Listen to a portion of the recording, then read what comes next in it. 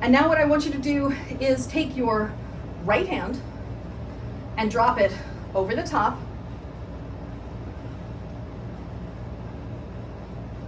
And then I want you to turn to your right into overhand weave. Show you it from the back. You're in an overhand butterfly, you drop stall the right over the left, and then you turn right to overhand weave, and you can turn into the wave turnaround too if you wanted.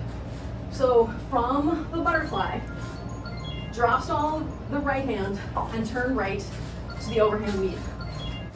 When you're here, you drop the right one, the left poi is still like this, and then you're gonna cross your right hand underneath the left poi to go into overhand weave.